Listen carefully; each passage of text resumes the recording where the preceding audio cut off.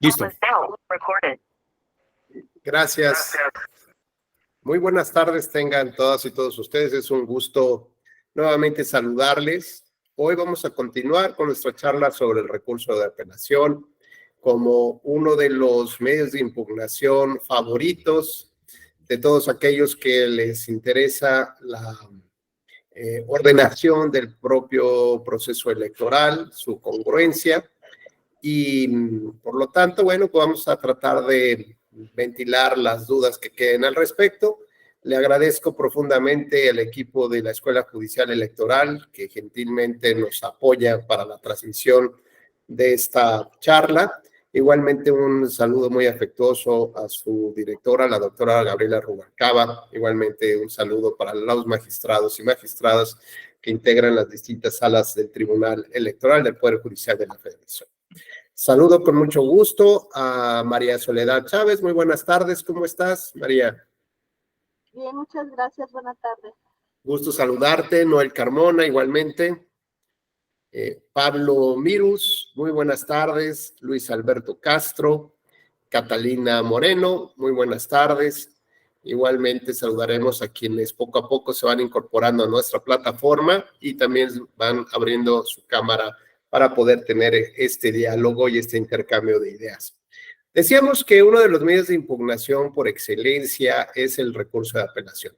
Y este recurso de apelación, bueno, pues como la propia Constitución y la ley nos señala, tiene por objetivo establecer el control de constitucionalidad y legalidad de las distintas etapas, actos y resoluciones de las autoridades electorales en torno a un proceso electoral y fuera del propio proceso electoral. Por lo tanto, lo que deberíamos de entender de este un poco mal llamado recurso de apelación es que en realidad no es un recurso. ¿Por qué? Pues porque se conoce el tribunal en primera instancia, es decir, por primera ocasión se conoce una especie de revisión de los actos de las autoridades electorales. Tradicionalmente, los recursos de apelación implican ya un conocimiento previo del acto impugnado y posteriormente viene esta especie de medio de impugnación en el cual se solicita que una segunda instancia conozca lo resuelto por la primera. Y aquí, bueno, pues finalmente, aunque tenemos el nombre del recurso de apelación, carece, digamos, de este conocimiento previo por parte de un tribunal. Tiene sus propias características y esto lo diferencia de los recursos de apelación tradicionales. Entonces entendemos que las salas que conocen de este recurso de apelación conocen por primera vez del acto que se está reclamando. En segundo lugar, bueno, pues entender que existen distintos momentos en los que las autoridades electorales emiten diversos tipos de actos y de resoluciones.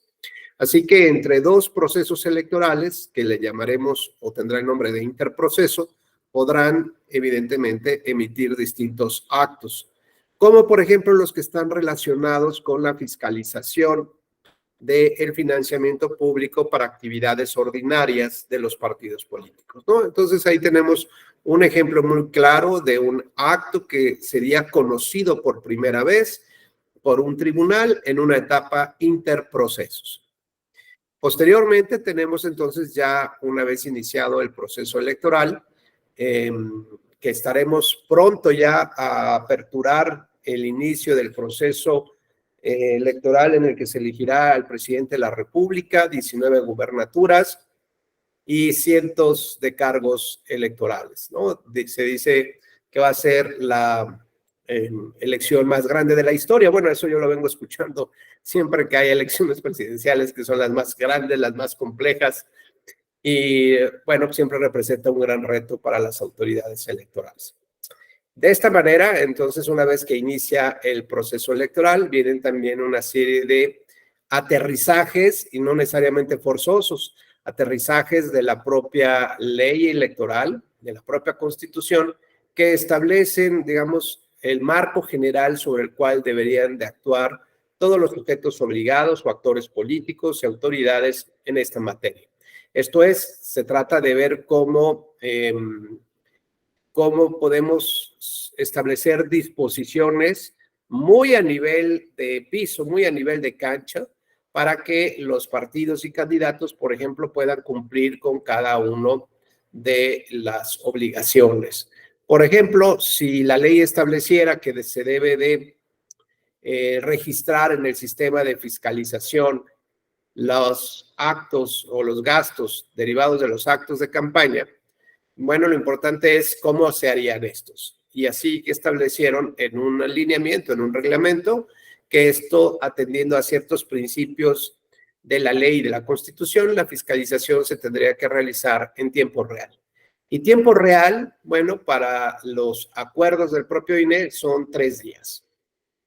Hoy en la ley se establece que ese tiempo real, la ley que está en suspenso por la Suprema Corte de Justicia de la Nación, se establece que serán 10 días los que se tengan para poder insertar o actualizar el sistema de fiscalización integral de los partidos políticos como tal.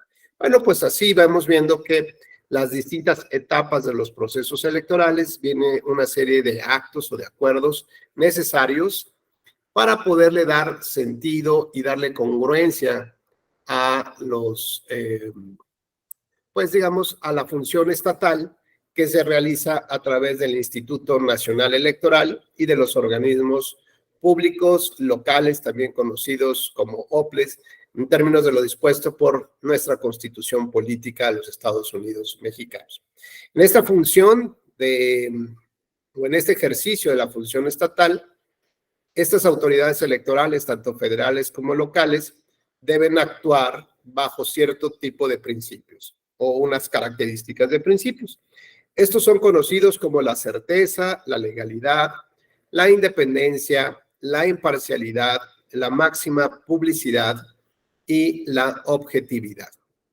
El INE, como órgano del Estado mexicano, además de tener personalidad jurídica y patrimonio propios, es autoridad en la materia, es autónomo e independiente en sus decisiones y funcionamiento y profesional en su desempeño. Este tipo de principios, evidentemente, están muy vinculados con la actuación, con los alcances, contenidos y los límites que debe de tener la actuación de las autoridades electorales. Conforme a la estructura del INE, este cuenta con órganos de dirección, ejecutivos, técnicos y de vigilancia. Sabemos que su Consejo General es el órgano superior de dirección y la fiscalización, por ejemplo, está encargada a un órgano interno de control que goza de autonomía técnica y de gestión. Por su parte, los órganos de vigilancia, por ejemplo, del padrón electoral, se encuentran, digamos, integrados por representantes también de los partidos políticos nacionales. De aquí que los artículos 41 y 60 de la Constitución nos establecen cuál es la competencia específica del INE para ejercer su función constitucional. Cabe destacar que a partir de las reformas de 2014, el INE puede asumir un convenio en coordinación con las autoridades competentes de las entidades federativas que así lo soliciten y con la aprobación de cuando menos 8 votos del Consejo General para hacerse cargo de la organización de los procesos electorales locales y en general la realización de las actividades propias de la función electoral que responden o corresponden a los famosos OPLES. Igualmente, el INE tiene facultades de atracción cuando la trascendencia del caso lo amerite o para sentar un criterio de interpretación. Y lo importante de esto es que vamos ya detallando más o menos un perfil específico de las actividades o funciones que realiza el Instituto Nacional Electoral.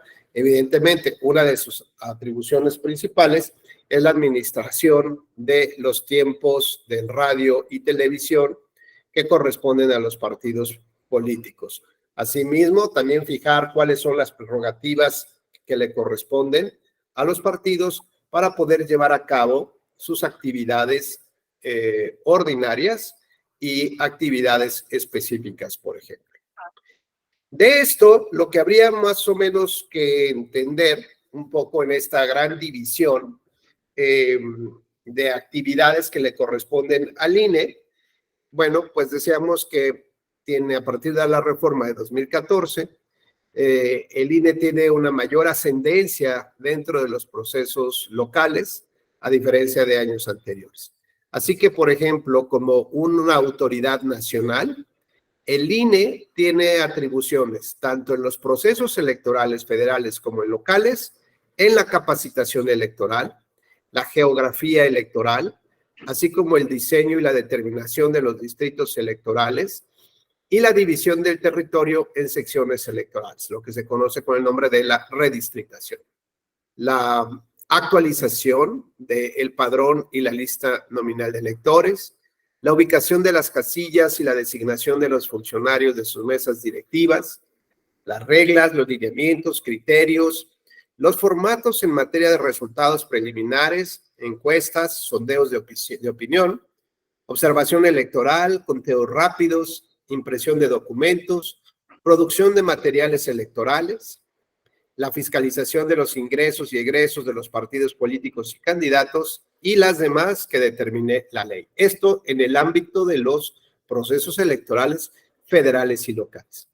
Y además, para los procesos electorales federales, se hará cargo de establecer los contenidos de los derechos y el acceso a las prerrogativas de los candidatos y partidos políticos, la preparación de la jornada electoral, la impresión de documentos y la producción de materiales, llevar a cabo el escrutinio y cómputo en los términos que establezca la ley, la declaración de validez y el otorgamiento de las constancias en las elecciones de diputados y senadores, llevar a cabo el cómputo de la elección de presidente de los Estados Unidos mexicanos en cada uno de los 300 distritos electorales uninominales, entre muchas otras cosas muchas otras actividades que la propia ley le establece. ¿Qué es lo que quiero mostrarles, digamos, con esta relatoría de atribuciones? Más que cansarlos, pues es darnos cuenta del gran volumen de actividades o de atribuciones que tiene el Instituto Nacional Electoral. Y para poder llevarlas a cabo, necesita, como decíamos hace ratito, aterrizar al nivel reglamentario, a nivel de acuerdo, en lo más básico, el cómo se tendría que llevar a cabo el cumplimiento de todas estas normas y atribuciones que la propia Constitución y la ley le establecen al Instituto Nacional Electoral. Luego, entonces, si este gran cúmulo de normas, atribuciones y acuerdos o lineamientos que debe de tomar en consideración o aprobar el Consejo General del INE, bueno, implicaría una gran cantidad de normas jurídicas que están relacionadas con cada uno de estos tópicos, ¿no? Que hasta cansado terminé después de leerlos. Con lo cual, nos damos cuenta de la trascendencia que tiene el recurso de apelación, porque por definición, viene a darle sentido justamente constitucional y legal a todos los procedimientos que tiene de los cuales que echar mano el Instituto Nacional Electoral para hacer efectivas todas estas atribuciones y sobre todo que los partidos políticos puedan cumplir también con las expectativas judiciales, las expectativas normativas, las expectativas que se van a emitir a partir de los acuerdos. Esto es la manera como deben operar los partidos y los candidatos en el día a día. Así que la regularidad del proceso electoral, de los actos que se suceden a partir de acuerdos y resoluciones, cualquier pequeño dato que viniera a contradecirlo, bueno, pues sabemos que existe este recurso de apelación. Luis Alberto Castro, no sé si seas tan gentil de apagar tu micrófono porque se quedó encendido y escuchamos un poquito ahí de eco. Gracias, Luis Alberto, muy gentil. Bueno, pues no sé si hasta aquí cumplo con este objetivo. Es simplemente dar una pequeña referencia del gran volumen de acuerdos y resoluciones que debe de tomar la autoridad electoral. Y para que ellos estén en términos de la Constitución y de la ley, el propio constituyente permanente estableció la necesidad de crear un sistema integral de medios de impugnación para que ningún acto de la autoridad quede sin estar sujeto a un análisis de constitucionalidad o de legalidad.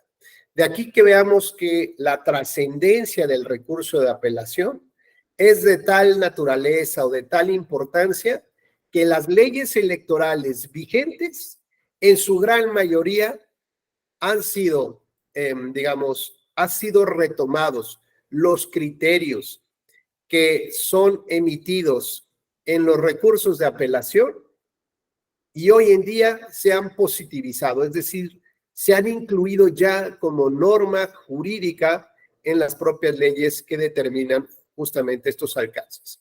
Si tienen posibilidad de ver las leyes electorales, pues verán que son leyes gruesas y que probablemente están cargadas de muchos casuismos, es decir, de mucha regulación básica, ¿no? Me refiero esencial, pues.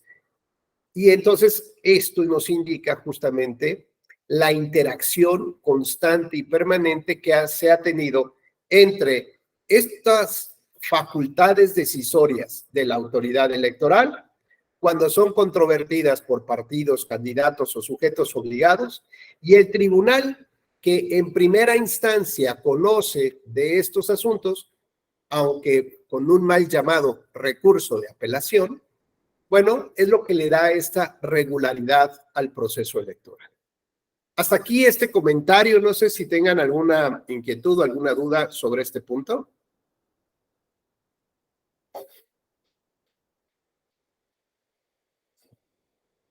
Catalina, ¿alguna duda? Muy buenas tardes. ¿No? Ya van viendo por qué este recurso de apelación es como de mis favoritos de todos los medios de impugnación, porque gracias a él, pues justamente es como tenemos la construcción del sistema electoral. Por ejemplo, Héctor Eduardo Solís, me voy a permitir platicarte un tema bien interesante cuando uno de los partidos políticos,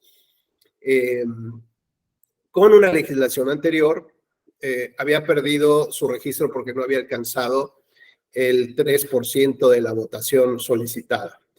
Y entonces venía una duda técnica muy importante. ¿Qué pasaba jurídicamente con ese ente que había perdido el registro?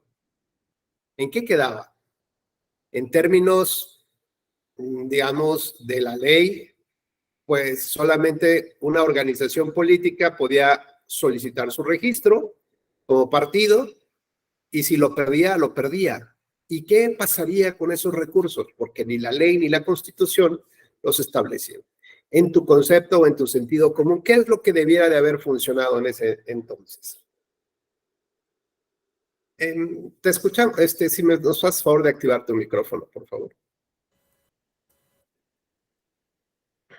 No, se volvió a apagar, se volvió a apagar.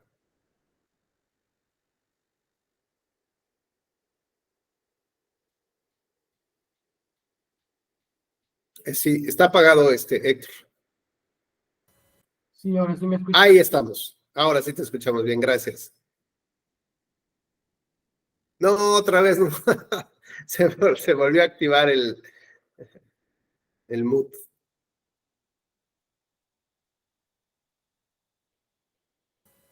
Ahora sí ya.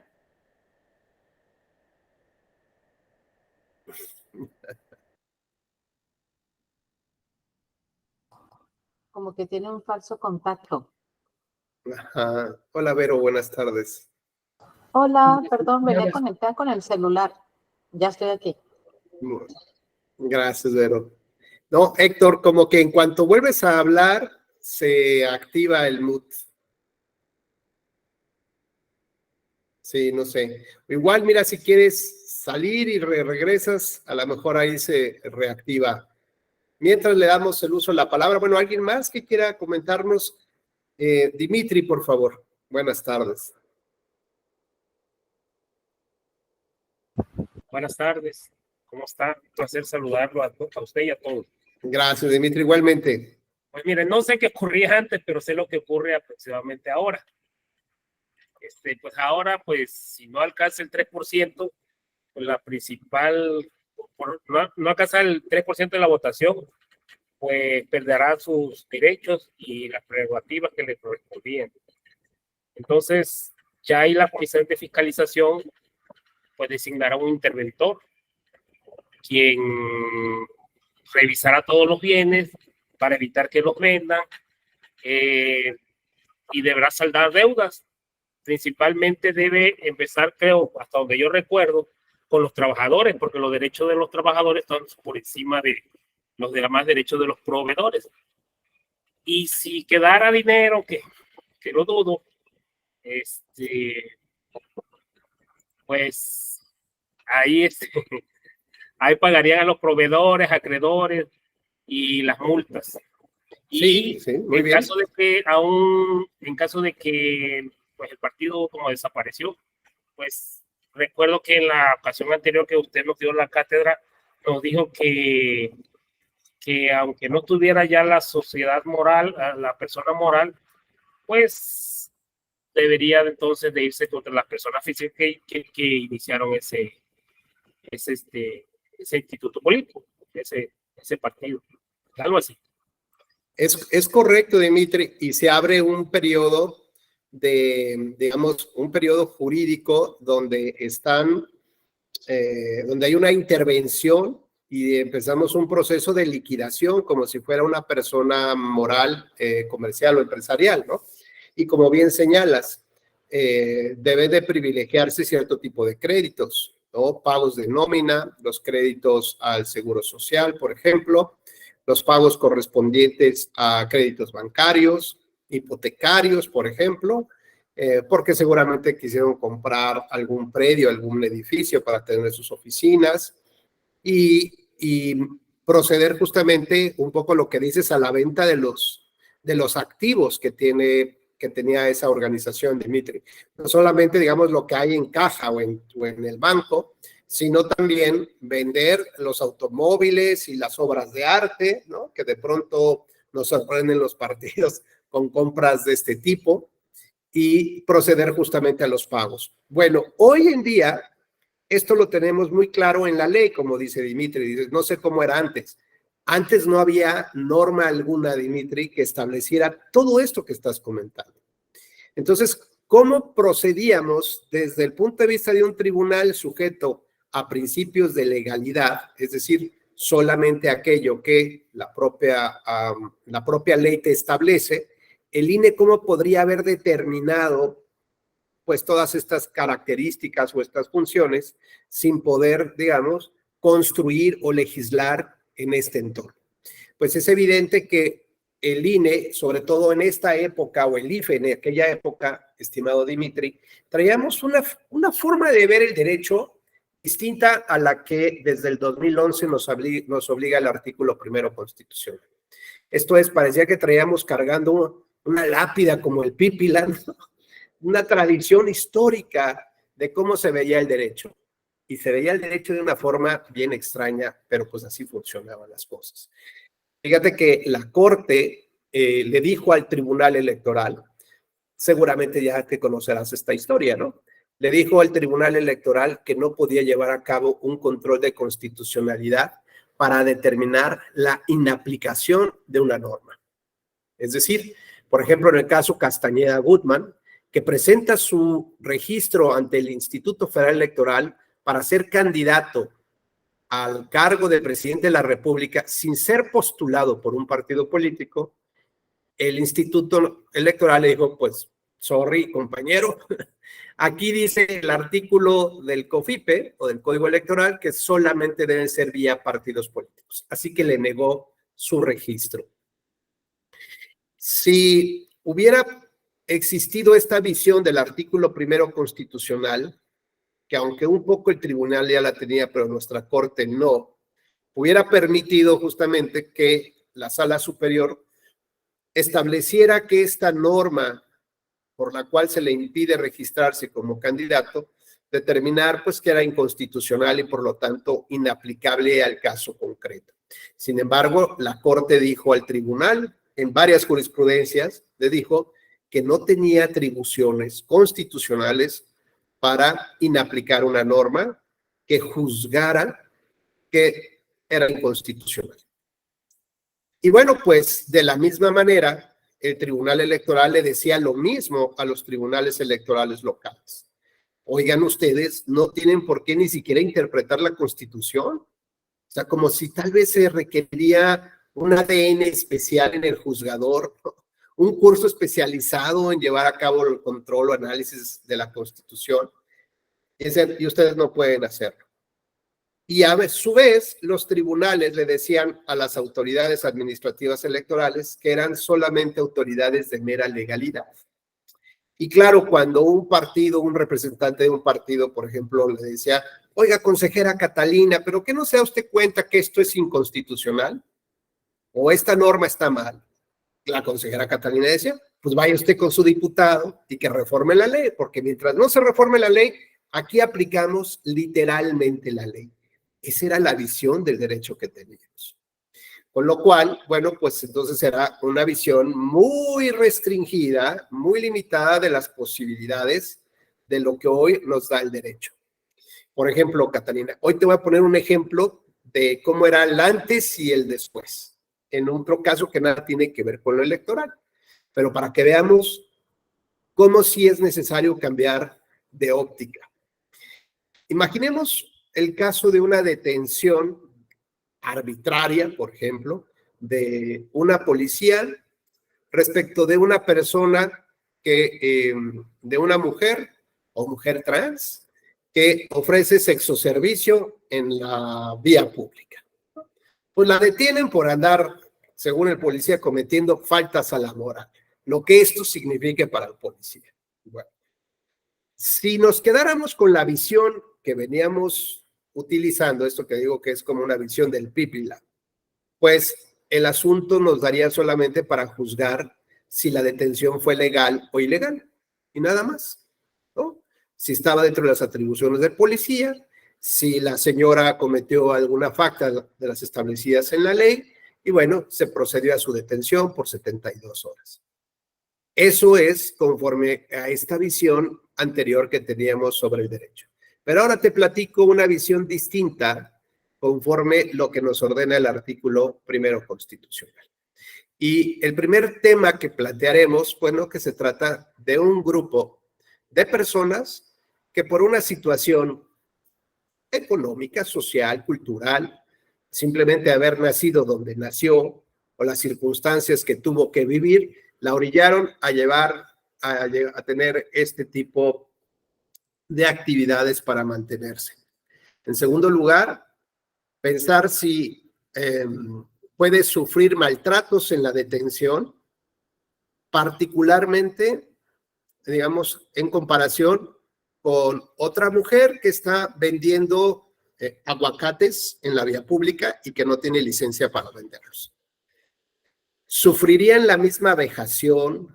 Estoy casi seguro que le hubieran sacado fotografías, videos, ¿no? Seguramente la policía le insultaría por, no sé, por la actividad a la que se dedica y el menosprecio que esto puede representarle a la sociedad. Y después analizar, por ejemplo, si las condiciones en las que está detenida son las más óptimas o también hay una diferencia respecto de otras personas. Y luego ver, por ejemplo, suponer que estas 72 horas son adecuadas, pues tal vez sí, porque así lo establece la ley. Pero en el tema de los derechos humanos y subderechos que se encuentran relacionados, habría que preguntarnos si esto no afectaría este plazo de detención. ¿Tú crees que afectaría a los hijos menores de edad de esa persona? Que bajo estas características, a lo que se dedica, pues seguramente no van a estar en las mejores condiciones como podrían estar en otra familia. Como vemos, este análisis, Catalina Ibero, este análisis se llama análisis segmentado o análisis de los perfiles, ¿no? Análisis, digamos, como de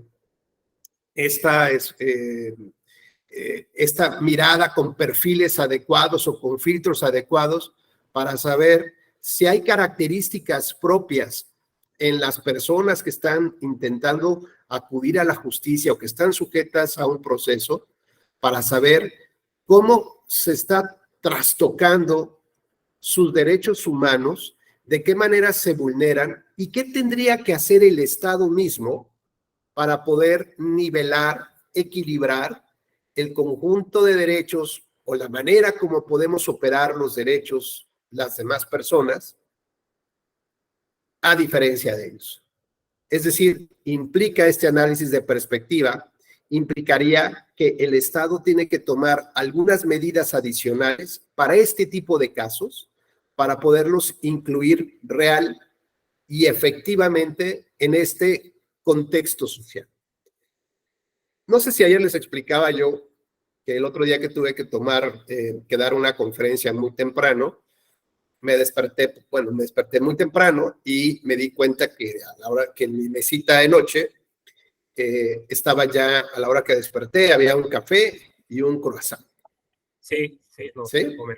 Y entonces, y junto estaba la Constitución y la Convención, y la reflexión que hacíamos ayer es que a nosotros no nos ha costado nada gozar de estos derechos humanos y ejercerlos como cualquier persona, pero hay un conjunto de personas que sí les cuesta todavía más trabajo. Así que el análisis de perspectiva que no teníamos antes, que además tampoco podemos ejercer un control constitucional, hoy nos da una gran amplitud para analizar muchos otros temas que antes no se podían hacer. Entonces, como veremos, pues este cambio de óptica en el derecho nos abre un océano de posibilidades.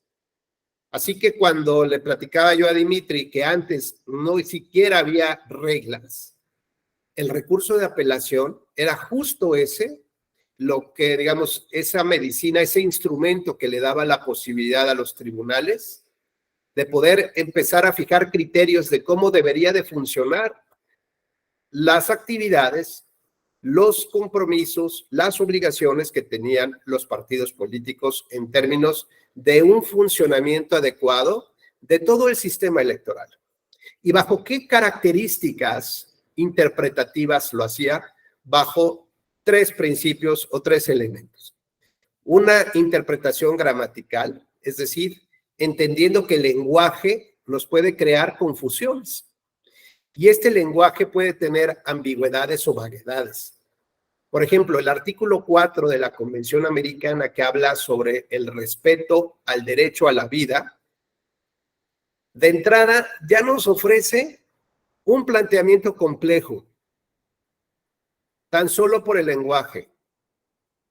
En su caso sería definir qué implica el respeto. La primera definición que podríamos asumir es que el respeto implica que yo no obstaculice el ejercicio de tu derecho. Podría ser.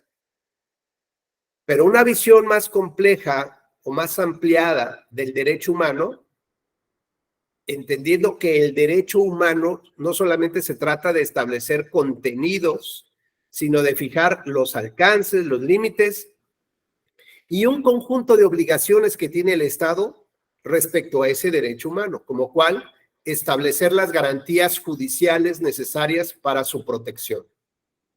Entonces, ahora sí podemos entender que la palabra o el concepto respeto implicará no solamente eliminar cualquier obstáculo que impida tu ejercicio, pero además implicaría que el Estado está obligado a ofrecer garantías judiciales de protección. Entonces ya vemos cómo el concepto o el vocablo va entrando, digamos, en una dinámica de mayor comprensión integral para lograr el objetivo que se busca.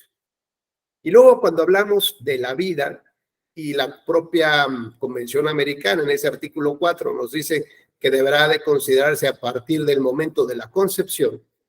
Bueno, pues eso también nos surge una gran complejidad, determinar cuándo se da la concepción. Si es una concepción que se da fuera del vientre o cuando se imposta, por ejemplo, un óvulo fecundado. Es decir, la concepción se da en laboratorio o se da a partir de que se introduce en el cuerpo de la madre biológica, por ejemplo. O en el caso de la subrogación de vientre, ¿a partir de qué momento estaríamos hablando de la concepción?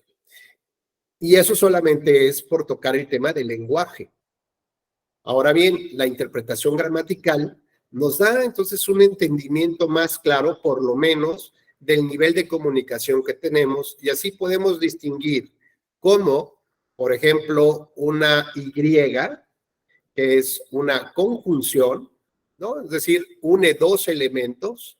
Entonces, por ejemplo, podría decir, para solicitar tu registro como candidato, deberás acreditar haber nacido en el estado y tener residencia efectiva de 6 meses. En la interpretación gramatical, interpretaríamos que el requisito es doble: estar en el estado y aparte gozar de esta residencia efectiva. Son los dos elementos. Si hubiéramos manejado la O disyuntiva, entonces sería uno u otro: o demostrar que eres del estado o demostrar que tienes 6 meses de residencia efectiva. Así de sencillo, pero así de complejo es el lenguaje humano y el lenguaje como se redactan las normas para tratar de entender. En segundo lugar, a partir de una interpretación sistemática, cómo funciona ese requisito en el contexto o en un contexto muchísimo mayor. Esto es, pareciera que estamos abriendo un reloj de esos antiguos de los abuelos, ¿no? Donde todo viene en piececitas y viene un engranaje junto con otro y una cuerda, etcétera. Y lo que estamos analizando es una pequeña porción de ese sistema del reloj. Y entonces deberíamos de entenderla que es una pequeñísima parte que forma parte de algo más grande, y en ese contexto tendríamos que analizarla. Así que esta interpretación del requisito de la residencia habría que entenderlo dentro de un conjunto de elementos mucho más grandes, ¿no? Más amplio, al cual pertenece esta norma. Y si todavía eso no fuera suficiente, tendríamos que acudir a un tercer criterio de interpretación que se llama interpretación funcional. Y esta interpretación funcional nos refiere a un fin teleológico, es decir, el fin último que perseguimos con, digamos, con lo que busca la norma. En el caso de la residencia y la oriundez, parecería que el fin último, estimado Dimitri, lo que nos dice el tribunal, pues es que tengas un conocimiento pleno de las características de la población, de las necesidades de la comunidad, ¿no? Es decir, que haya una cercanía, un elemento de identidad con la población. Entonces, bajo estos tres elementos de interpretación gramatical, sistemático y funcional, es como operaba entonces el recurso de apelación. Esto, evidentemente, cuando la Corte le dijo al tribunal que ni siquiera podía hacer un análisis de constitucionalidad. Aquí lo cierto es que eso es lo que siempre me ha encantado del tribunal, pues es que le echa muchas ganitas y le busca por otro lado, ¿no? Y no se quedó limitado a esta jurisprudencia, sino que, digamos, empezó a explorar de una manera más decidida un cuarto concepto de interpretación. Ya vimos gramatical, sistemático y funcional. Y el cuarto que abrió fue la interpretación en conformidad con la Constitución. Es decir, interpretación conforme con la Constitución. No es que no lo hubiera hecho, es que aquí era como la puerta necesaria donde teníamos que abrevar justamente para poderle dar sentido a las normas jurídicas en términos de los principios y valores constitucionales. ¿A qué voy con esto? Bueno, que se llegó incluso al grado de decir que el texto de la norma legal debería de entenderse en esta interpretación constitucional. Por ejemplo, si decía y, deberás acreditar el requisito A y el requisito B, que habría entonces que entenderlo como si fuera una O. Es decir, como uno u otro. Y entonces dirían algunos, oye, tribunal, te estás pasando. Esta Y sí dice que estás uniendo dos conceptos que tienes que acreditar. Sí, pero en el entramado de la interpretación constitucional, para darle un sentido real y efectivo a esa norma, yo lo que requiero entender es que para que tenga fuerza, validez y eficacia jurídica, debe de entenderse así y solo así. Incluso cambiando las palabras en las cuales o la manera como estaba redactada la propia norma jurídica. Bueno, pues de esta manera, el Tribunal Electoral trató de seguir avanzando justamente en el análisis y la interpretación de aquellas normas muy concretas que ya estaba estableciendo el Instituto Federal o las autoridades electorales para poder llevar a cabo todos y cada uno de los actos electorales. Posteriormente, cuando Castañeda Gutmann presenta un medio de impugnación vía amparo, recuerdo también que el dueño de lo que es el doctor Símil, las farmacias Símil o similares, también había presentado un medio de impugnación ante el tribunal. Y en este caso, como teníamos la jurisprudencia de la Corte pisándonos aquí el cuello, pues no se pudo el tribunal pronunciar sobre la inconstitucionalidad de esa norma y por lo tanto su inaplicación. Castañeda Gutmann, por el contrario, acudió a las vías de amparo, que todos sabemos medianamente que está proscrito o prohibido, pues, que se conozcan amparos en materia político-electoral. Hay un articulado especial que dice que los juicios de amparo no serán procedentes y se deberán desechar de plano cuando se trate de este tema de la materia electoral. Así que, pues, no había ya ninguna vía adecuada para poder alcanzar las pretensiones de poder analizar la norma, ¿no? Como tal. Y lo importante es que Castañeda llega vía Washington a la Comisión Interamericana, quien estima que hay ciertas características en su temática que violentan el debido proceso legal y el acceso a la justicia como un derecho humano. Así que considera que tiene mérito suficiente su denuncia o su queja y formula una demanda ante la Corte Interamericana de Derechos Humanos, ya con sede en San José de Costa Rica, para que se sometiera a su conocimiento, a su jurisdicción este caso, y como, digamos, como víctima, pues estaba Castañeda Gutmann, y como sujeto responsable de la violación de los derechos humanos estaba el gobierno de México. Así que quien se sentó en el banquillo de los acusados, pues fue nuestro gobierno de México, y la Corte, digamos, después de sustanciar el expediente, unas semanas antes de resolver, en el sentido de que tenía que condenar al Estado mexicano porque no existía un medio de impugnación sencillo y ágil al alcance de un ciudadano para que cuestionara los actos aplicados, digamos, mediante una norma jurídica que resultaba inconstitucional, ¿no? Como es el caso de esta norma del Código Electoral que decía que solo los partidos políticos eran los vehículos mediante los cuales los ciudadanos podían acceder al poder público. No obstante que el artículo 35 constitucional y mismo 41 no establecía este requisito, sino hablaba de cualquier ciudadano tenía justamente derecho a ser votado y acceder a los cargos de elección popular. Así que se estimaba que existía un requisito adicional en la norma que contravenía lo dispuesto por la propia Constitución. Pero ¿qué creen? Les va el chisme. Semanas antes de que resolviera la Corte, nuestra Corte mexicana de pronto un día despertó y reflexionó. Dijo, me parece que esta jurisprudencia que tenemos hay que analizarla de nueva cuenta, ¿no? Porque creo que sí el tribunal debe tener estas atribuciones, ¿no? Y entonces sus 3 o 4 jurisprudencias en esa materia que limitaban, que ataban de manos al tribunal,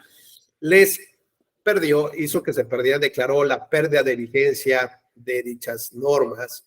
¿Por qué creen? Porque a las semanas siguientes, bueno, pues ya venía el ramalazo de la Corte Interamericana y, bueno, se colocaron de una vez, se anticiparon un poco a la decisión, ¿no? Tristemente, que se tiene que tomar por, digamos, por instancias internacionales, porque parece que aquí en México, bueno, pues no necesariamente encontramos la justicia que ordinariamente deberíamos de acudir, y lo otro sería verdaderamente excepcional y extraordinario. Pero bueno, pues tristemente o afortunadamente no lo sé, así funciona nuestro sistema y qué bueno que tenemos entonces una Corte Interamericana que termina resolviendo el caso de una persona que estuvo 17 años en prisión preventiva oficiosa con la interposición de casi 100 recursos judiciales entre federales y locales, ¿no? Desafortunadamente se tuvo que acudir hasta allá, 17 años, para que establecieran la inconvencionalidad de la prisión preventiva oficiosa. No obstante que en noviembre, diciembre pasado, la Corte tuvo la oportunidad de declararlo y no lo hizo. Bueno, pues esto es un poco cómo va funcionando el tema de la regularidad de los actos y resoluciones electorales. ¿Hasta aquí alguna duda, inquietud o comentario?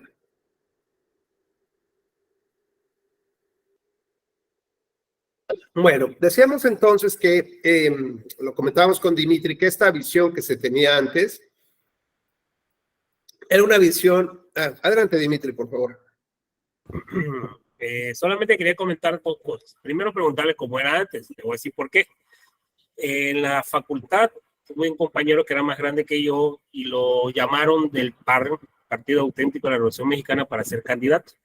Y todos le decíamos, bueno, ¿y para qué te vas a meter si ese partido nunca va a ganar? Dice, no, pues ahí está la lana, dice. Ahí está el dinero, me van a dar cierta cantidad y ya veré cómo lo justifico, dice.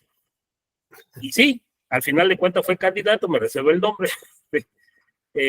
Fue candidato y no ganó y tampoco le devolvió nada. Entonces, mi comentario es cómo se hacía antes. Me imagino que habría algún mecanismo, pero no, quizás no era tan perfecto o no era tan bueno como el que ahora. Ya ves que el derecho es progresivo, ahora es mucho mejor. Gracias. Gracias, Dimitri. Pues mira, la verdad es que ahora sí que como a jalones hemos ido avanzando también en los temas de la democracia, ¿no?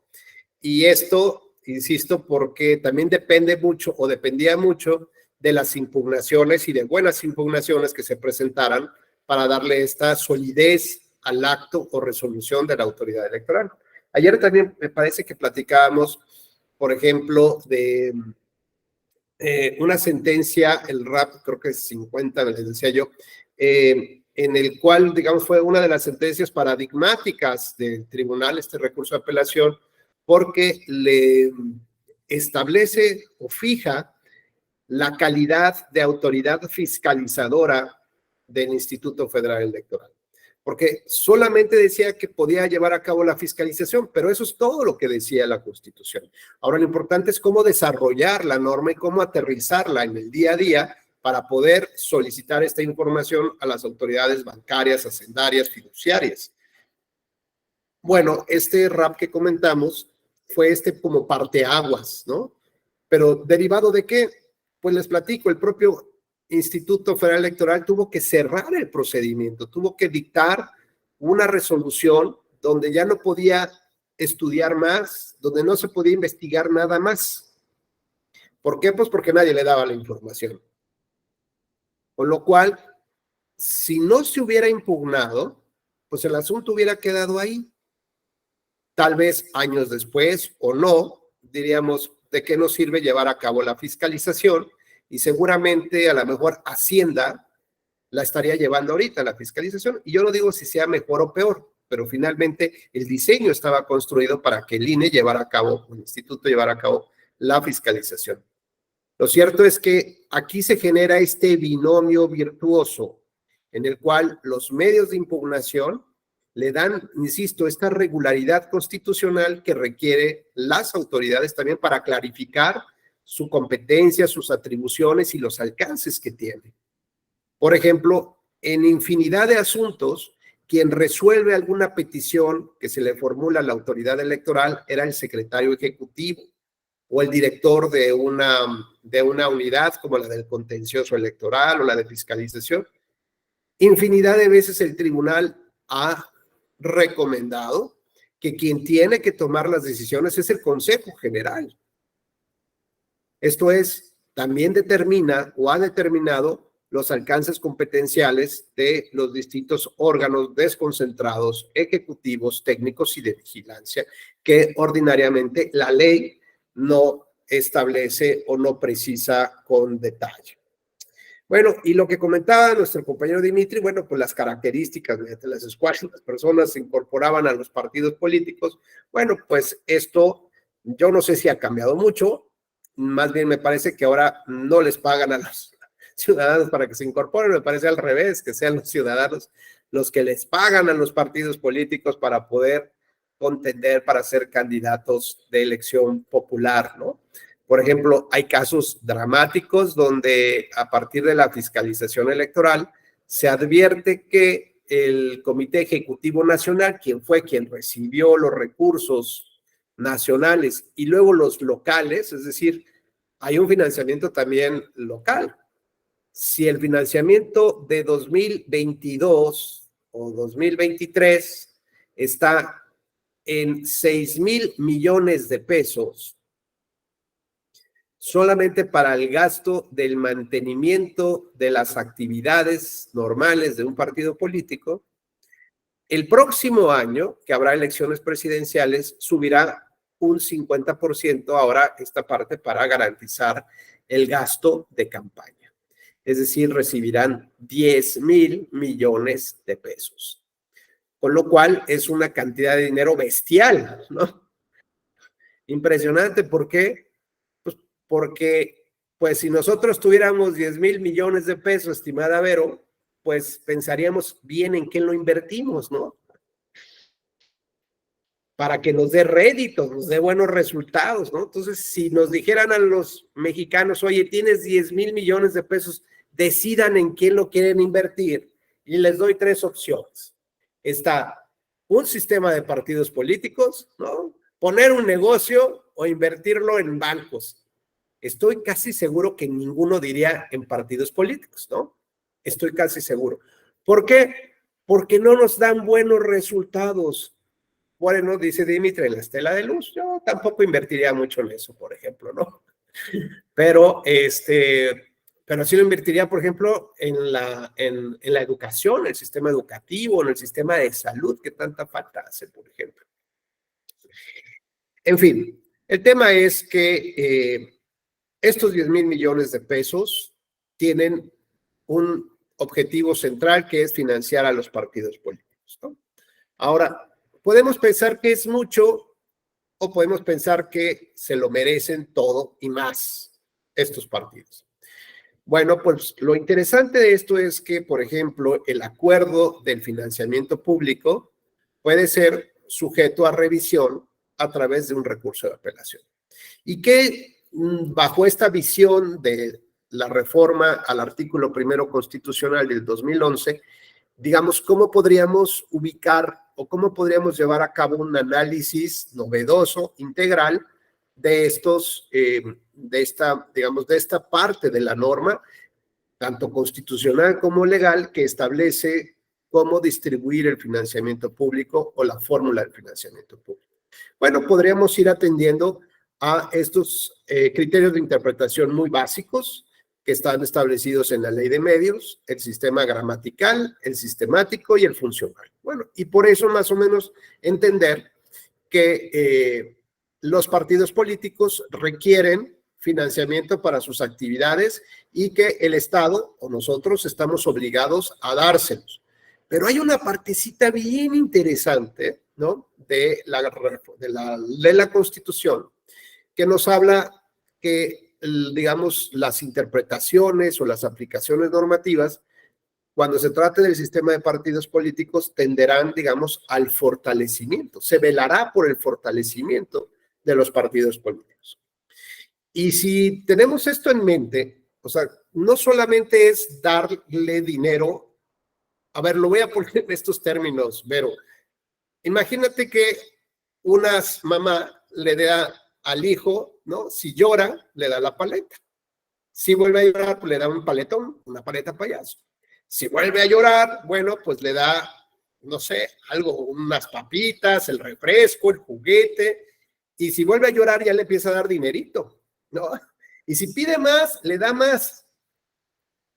El dar dinero a un hijo menor de edad o alguien que está en formación tenderá a fortalecer su carácter, su madurez, su criterio.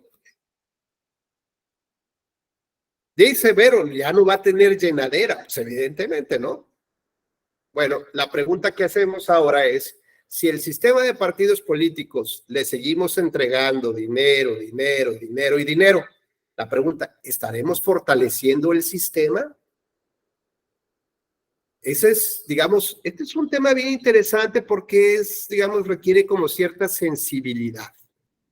Una cosa es lo que la norma dice, que yo tengo que aplicar los recursos, eso me queda claro. Me establece una fórmula, pero en caso de interpretaciones y de dudas, lo que tengo que hacer es siempre proveer lo necesario para fortalecer el régimen de partidos políticos. Entonces me quedo con eso un poco en mente. Y después, como sé que hay un conjunto de elementos básicos que ayer platicábamos en el artículo 23 de la Convención Americana, que se refiere a los elementos de los derechos político-electorales, y en una reinterpretación que hace la Corte sobre ese articulado, nos dice que esos elementos forman parte de algo más, que pertenecen a algo mayor, y eso algo mayor es la democracia representativa. Entonces empieza a tener ya un sentido más claro algunos articulados de la Convención Americana y algunos tratados internacionales como el Protocolo de San José y el Protocolo de Santiago, y algunos articulados especiales de la Declaración Americana de Derechos Humanos, el 2, el 3 y el 20 romano, ¿no? Entonces, digamos que tomando estas normas internacionales, la Corte Interamericana, al resolver casos específicos contenciosos o consultas que han formulado los gobiernos, reinterpreta estos artículos y nos dice que la democracia representativa es un vínculo, es un camino, es una, en otras palabras de Rubén Becerra, es la única aerolínea que nos lleva al destino prometido, al paraíso prometido. Y ese paraíso prometido tiene que ver con la torre de libertades de derechos humanos. Es decir, el lugar donde todos quisiéramos estar y vivir a partir del respeto que debe de existir natural en una sociedad. Y podemos pensar en Europa del Norte, por ejemplo, así como los más destacados en el respeto de los derechos, o Canadá, por ejemplo. No lo sé. Pensamos que es un lugar muy bonito, que tiene unas condiciones de vida padrísimas, y que además se nos respetan nuestros derechos humanos. Y cuando decimos el respeto, no solamente significa que nadie se va a oponer a ejercerlos, no, sino que además vamos a tener a un Estado vigilante, un Estado consciente de la manera como puede proteger nuestros derechos, garantizar judicialmente nuestros derechos y además despertarse como yo con ese cafecito preocupado por ver qué se le ofrece a su población, cómo subir de nivel o calidad de vida en el ejercicio de esos derechos humanos. Bueno, pues ya le pusimos nombre a ese lugar, ¿no? Tiene unas vistas padrísimas, un estilo de vida increíble, pero la única aerolínea con la que podemos volar hasta ese lugar y a la que queremos llevar a nuestra familia y con la que soñamos todos los días y que es una aspiración legítima por la cual nos desvelamos, nos desmañanamos, dejamos la piel los lunes en la mañana, desde las 6 de la mañana, la recogemos ahí el sábado maltrechos, tratando de descansar un ratito el domingo para pegarle otra vez la siguiente semana. Lo hacemos con una intención, poder llegar a ese destino junto con nuestra familia, porque es lo que queremos para nuestra familia. Ahora bien, si esa aerolínea que se llama democracia representativa es la única vía para poder llegar hasta allá, lo que la Corte nos dice es, cuídenla, protéjanla, porque ¿saben qué? Me acabo de dar cuenta de algo. En Latinoamérica, ¿no?, resulta que el mayor peligro que puede representar para tu vida, es decir, para que puedas aspirar a ese estilo de vida que tú quieres, pues no va a haber, digamos, una insurrección, un movimiento armado. Lo que está presente en el panorama es la erosión paulatina de la democracia. Y lo paulatino implica lo constante, lo permanente y lo silencioso. Así como cuando tenemos una persona que nos toca en el vidrio del auto y nos pide un apoyo para comer y nosotros decimos, no. Bueno, pues así pasa la democracia, atropellada todo el tiempo, toca esa ventanilla y nosotros no la vemos, no la escuchamos, del daño que está sufriendo de manera constante, silenciosa y permanente. Así que cuando volteamos a ver hacia la democracia, el concepto de democracia representativa que tienen otros países y que lo comparamos con México, decimos, caray, creo que las cosas no han estado muy bien. ¿Y por qué no han estado bien? ¿Qué es de ayer? No. Como decía Dimitri, porque es una situación que se ha dado de manera constante y permanente. Pero en el tema de la regularidad de los actos y resoluciones electorales, también viene, digamos, un análisis, o debería venir un análisis de la gravedad de las violaciones que sufre ese derecho humano. Por lo tanto, parte de digamos, de los retos que tenemos en el recurso de apelación o en la revisión constitucional electoral o en el juicio electoral o en el juicio de inconformidad que busca la nulidad de las elecciones, el reto más grande que tenemos, yo lo veo en dos grandes sectores.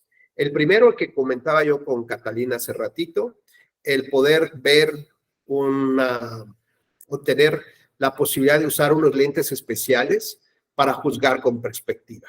Y esto me va a dar una mayor amplitud del caso, de los derechos humanos que están vinculados y de los subderechos que de manera indirecta también se relacionan y que pudieran verse afectados.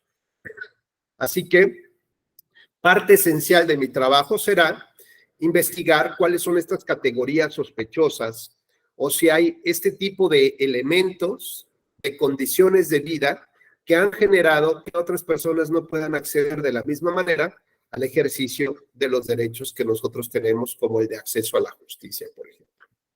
Ese es, digamos, el primer gran reto que nos ofrecen los medios de impugnación o la visión de justicia electoral. Y el segundo gran reto tiene que ver con la integridad electoral, la integridad de las elecciones. Me parece que ayer comentábamos un poco acerca del autor Pippa Norris, y establece este concepto a partir de una identificación de buenas prácticas en materia electoral. Y estas buenas prácticas implican desterrar también las prácticas que no son buenas para la democracia. Por lo tanto, la lógica que podemos seguramente obtener de esto es que la propia Corte nos invita, la Corte Interamericana nos invita a asumir criterios que fortalezcan la democracia representativa. Y decíamos, y nos quedamos con una parte, fortalecimiento de partidos políticos y ahora fortalecimiento de democracia representativa. ¿Ok? Cuando juntamos estas dos partes, quien resuelve los casos judiciales debería de tener esta visión. ¿Es posible que con estos elementos fortalezco yo la democracia representativa? Es decir, Héctor Eduardo Solís. ¿Ya se resolvió lo de tu micro? Seguimos en las mismas. Sí, a ver, intentémosle. Bien. Yo creo que se activa el silencio con tu voz, porque se oye bien y... No, muy bien. No te preocupes, Héctor. Luis Alberto Castro, ¿estás por ahí? A ver, tu micrófono, por favor, si se escucha. ¿Me escucha, doctor? Muy bien, fuerte y claro, Luis Alberto. Oye, una pregunta. ¿Qué te parecería que hubiéramos aceptado, porque así lo hubiera permitido la ley, que en el 2018 las 110 solicitudes para ser partido político, pues caminaran, y que ahorita tuviéramos 100 partidos políticos? De hecho, por lo que alcancé a leer, bueno, el número de solicitudes aún fueron mayores a esos.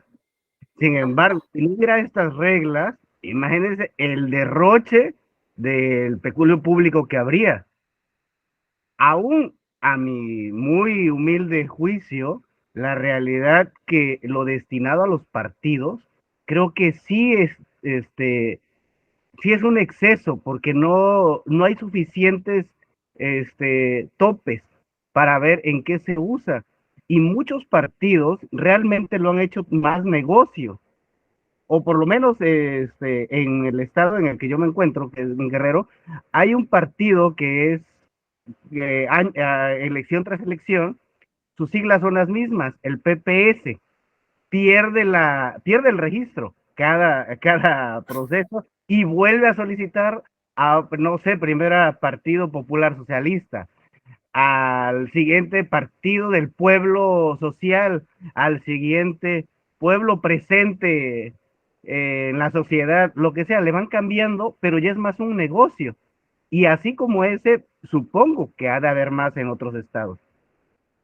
Claro, pero fíjate, Luis Alberto, aquí lo interesante es, yo te invito a que no pierdas de vista, por favor, que lo que buscamos es fortalecer la democracia. Imagínate que tú eres, ¿cómo se llama? Como una especie de entrenador de un gimnasio, ¿no? De un coach de gimnasio.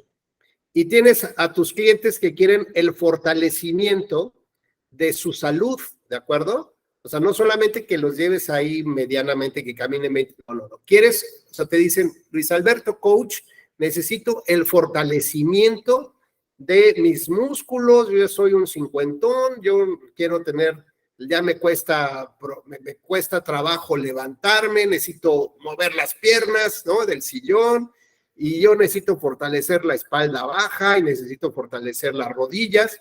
Ojo, fortalecimiento, ¿de acuerdo? Quiero que te quedes con eso en mente. Imaginemos entonces, si estamos buscando el fortalecimiento de la democracia representativa a través del fortalecimiento de los partidos políticos, podríamos otorgar el financiamiento público que establece la ley. Pero la pregunta, por ejemplo, que haríamos es, ¿por qué o de qué manera podríamos, por ejemplo, eliminarle a los partidos, por ejemplo, al PPS o a este partido que me dices, eliminarle la cláusula, digamos, que le permite mantener su registro? Si es el 3% de la votación, vamos a quitárselas, ¿no? ¿Qué te parece? Que nadie le pida a ningún partido ni nacional, ¿no? Que el partido sea, digamos, que con los votos que tenga, mantenga su registro. ¿Cómo crees que podría funcionar este fortalecimiento si quito yo esta cláusula? ¿En dónde crees que tendríamos que ajustar? Un poco ahí en tu preocupación.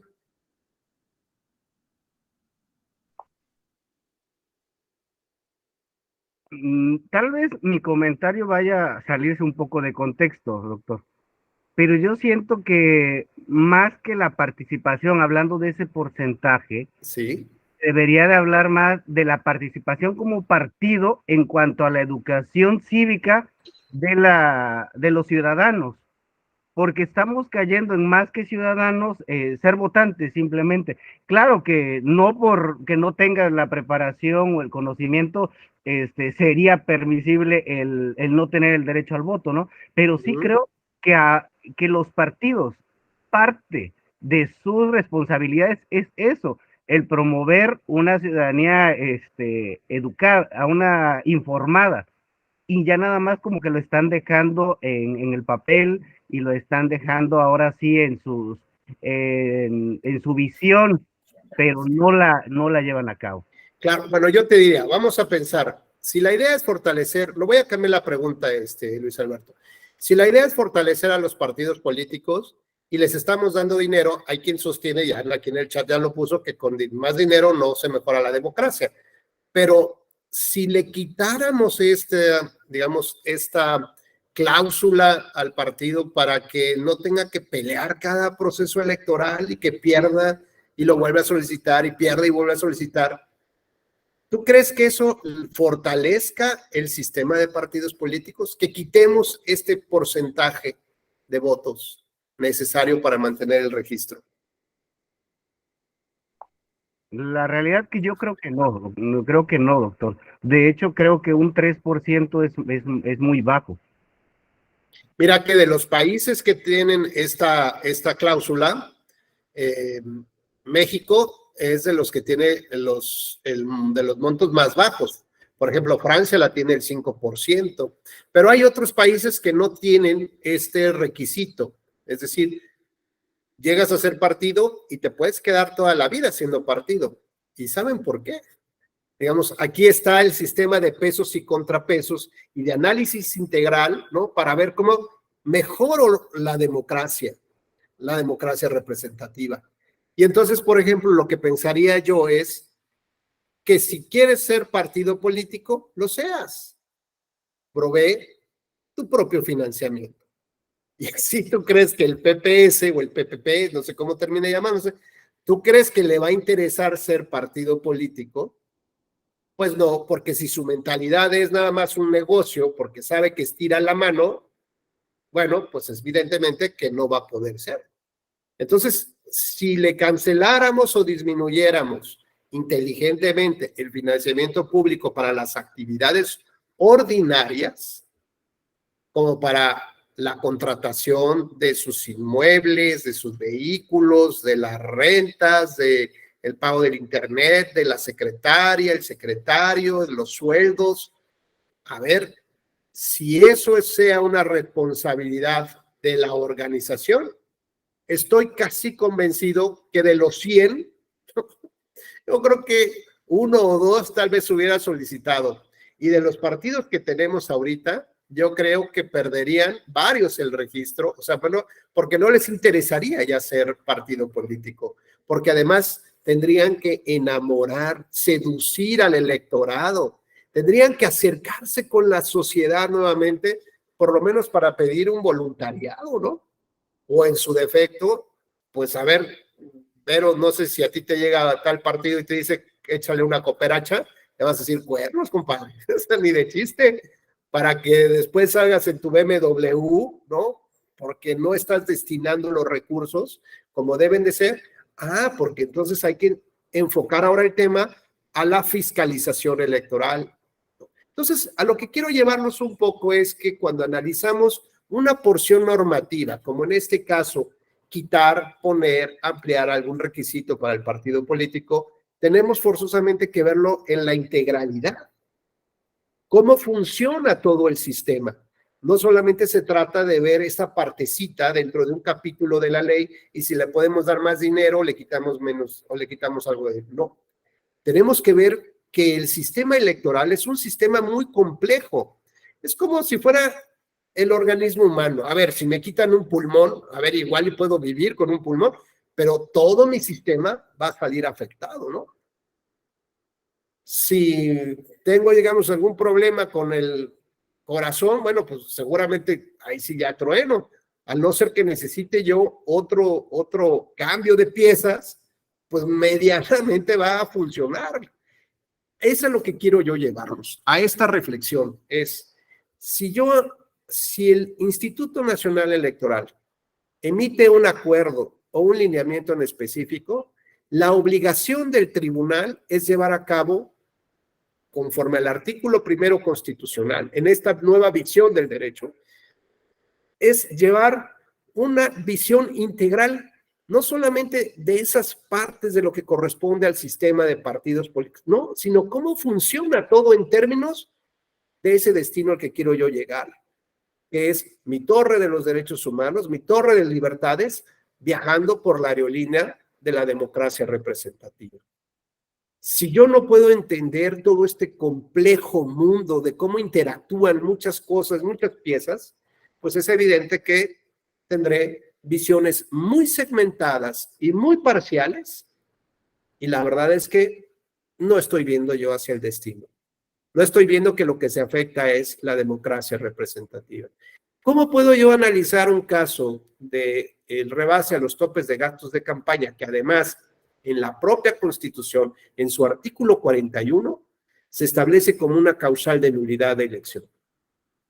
Y dice que lo determinante será si rebaso en más del 5% del tope establecido y luego la diferencia de votos sea menor del 1%. Entonces, pues si alguien quiere gastar mucho dinero, lo que hace es mover el tope de gastos de campaña, ¿no? Y entonces, si lo normal es que gastes acá, no, bueno, ponlo 4 o 5 veces para que sea prácticamente imposible que alguien rebase el tope a los gastos de campaña.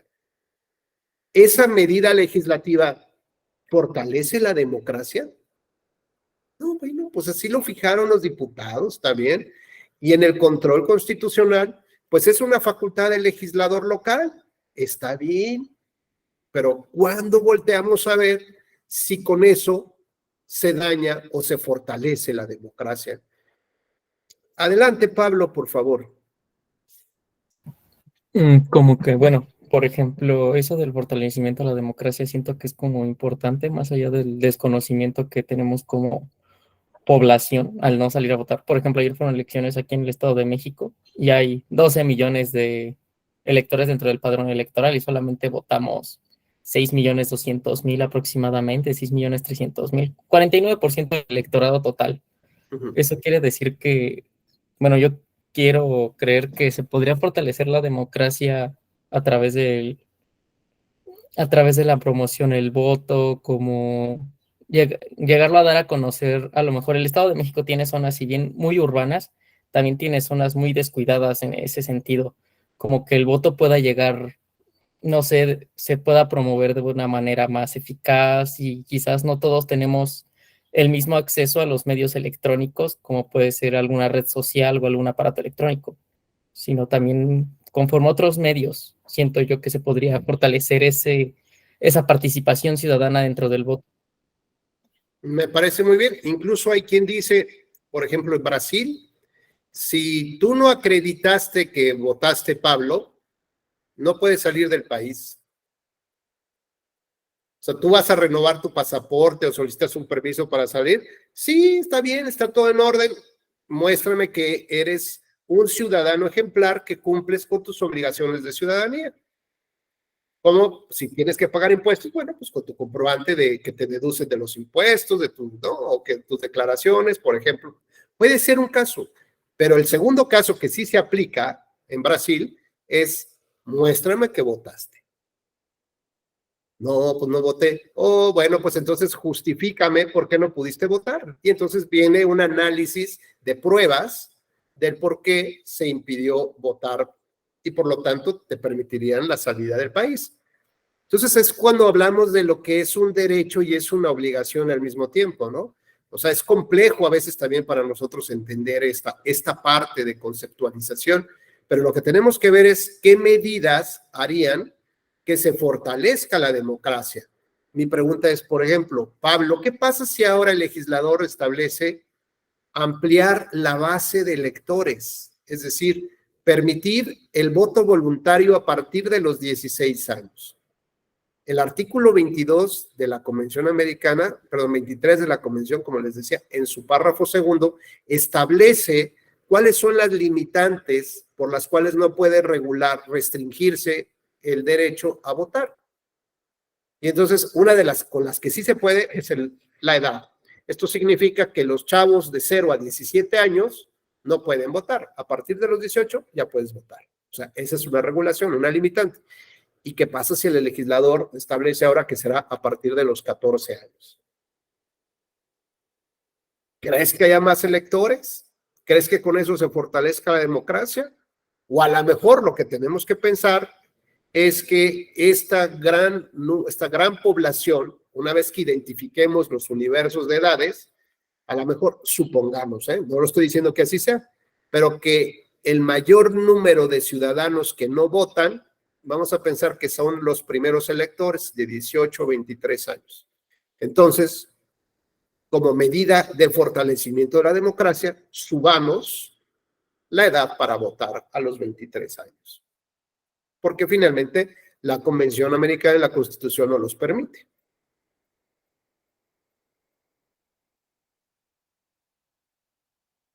¿Qué opinas, estimado Pablo?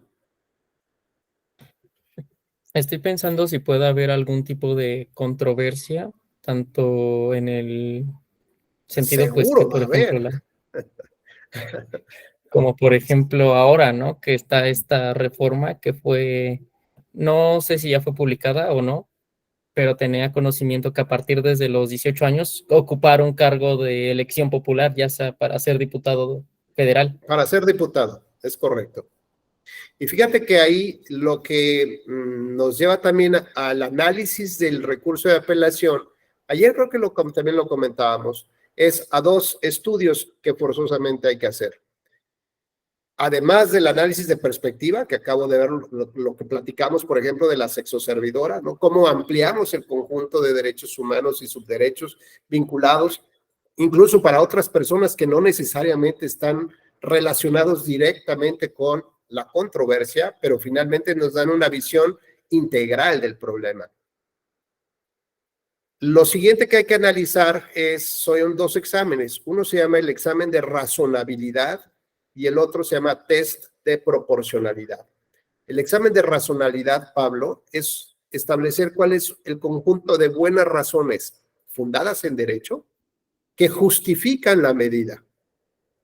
Y el segundo, este test de proporcionalidad tiene que ver con un análisis de un balance de razones entre positivos y negativos para que la medida del Estado que restringe derechos tenga realmente grandes beneficios, como por ejemplo que no se contagie del virus la población y por lo tanto restrinjo la libertad de reunión a 5 personas nada más.